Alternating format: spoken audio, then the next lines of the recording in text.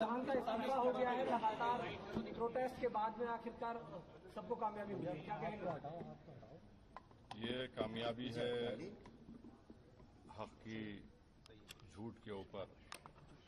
ये कामयाबी है उन तमाम नौजवानों की जद्दोजहद और उनकी कुर्बानी, और मैं उनको मुबारकबाद भी देता हूं।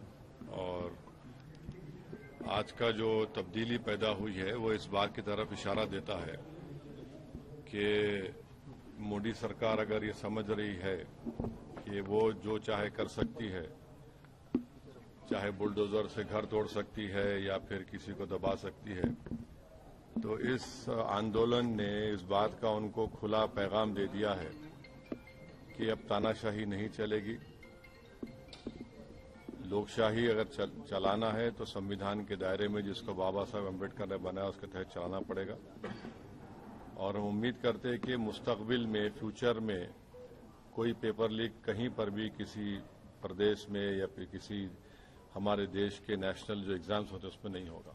अभिजीत दिपके कह रहे हैं कि अभी ये लड़ाई बाकी है, अभी तो ये सिर्फ शुरुआत है। क्या कहा आपने? अभिजीत दिपके कह रहे हैं कि अभी तो ये लड़ाई और भी बाकी है, अभी ये शुरुआत हुई है। प्रोटेस्ट भी सर पहला विकेट गिरा है, प्रोटेस्ट खत्म। हाँ, तो लड़ाई लड़ने का इख्तियार भारत के संविधान ने सबको दिया है, और अभी मोदी सरकार के अभी 2 ही साल तो मुकम्मल हुए हैं, तो जाहिर है सबको मिलकर जद्दोजहद करना पड़ेगा। अखिलेश यादव कह रहे हैं कि इनकलाब की जीत हुई है। अब वो उनके बारे में मुझे सर, अजय राय है कांग्रेस अध्यक्ष, वो कह रहे हैं कि अब धर्मेंद्र प्रधान की गिरफ्तारी भी होनी चाहिए और फिर उसके बाद में जांच होनी चाहिए। कोई दूसरी पार्टी का क्या बोलेगा, हमसे क्यों पूछ रहे हैं आप?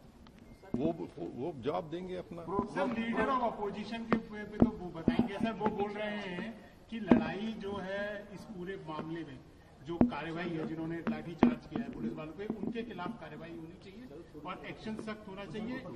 आपका क्या स्टैंड है? 4 लोगों को पेलेट गन से गोली मारी गई और एक की तो आंख जाय होने वाली है। इस पर एक्शन होना जरूरी है कि कैसे पेलेट गन इस्तेमाल किया गया, और जिन लड़के लड़कियों का लाठियों से सर फोड़ा गया है वो वीडियो विजुअल तो सारी दुनिया ने देखे हैं, और वो मसला दिल्ली हाई कोर्ट में भी गया है, अब शायद सुप्रीम कोर्ट भी उसमें सुनवाई होगी। तो सरकार को चाहिए कि ये कैसे हो रहा है। तो यकीनन ये पेलेट गन आप देखिए कि जब जम्मू कश्मीर में इसको इस्तेमाल किया गया था, करीब मेरे ख्याल से अगर मैं गलत ना कहूं तो 1000 के ऊपर लोगों को पेलेट गन से मारा गया था। उसमें से 50-60 लोग बिल्कुल देख नहीं सकते हैं। तो पेलेट गन का इस्तेमाल जिन 4 युवाओं पर हुआ है उसकी तो तहकीकात होनी चाहिए।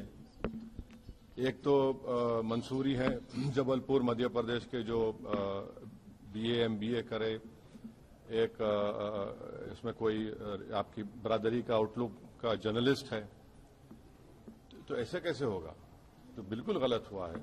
और जिन लड़कियों को आपने उनसे बदसलूकी की, बल्कि वो तो सेक्सुअल असॉल्ट भी हुआ उनके ऊपर, वो भी कैमरा वीडियोस में कैद है। तो इस पर यकीनन एक्शन होना चाहिए। 36 दिन बाद इस्तीफा आया है, इतने कियोस्क के बाद, तो आपको लगता है कि सरकार ने देरी की है इसमें? अब सरकार झुकने के लिए देरी कर दी ना, 36 दिन लगे उनको झुकने के लिए। शिक्षा व्यवस्था में कुछ सुधार अब होना है सर, इसमें किस तरह की? उत्तर प्रदेश में कितने पेपर का लीक हुआ बताइए?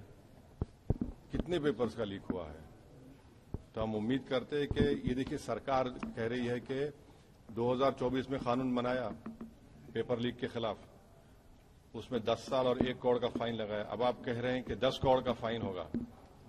भाई, पेपर लीक हो क्यों रहा है वो तो देखिए। आप कानून बनाएंगे, ये बनाएंगे। अच्छा, फास्ट ट्रैक कोर्ट तो एक मजाक बन चुका है। 2009 में फास्ट ट्रैक कोर्ट बनाया गया और 2019 से बनाया गया। 2019 से 2026 तक आपको मालूम कितना खर्चा हुआ उसके पर? पार्लियामेंट में जवाब दिया 1100 करोड़ रुपए।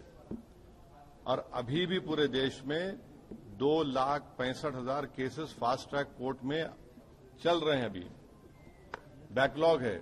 उत्तर प्रदेश में 71% बैकलॉग है। तो ये सरकार के बोलने में और करने में बहुत फर्क है। चलिए, थैंक यू।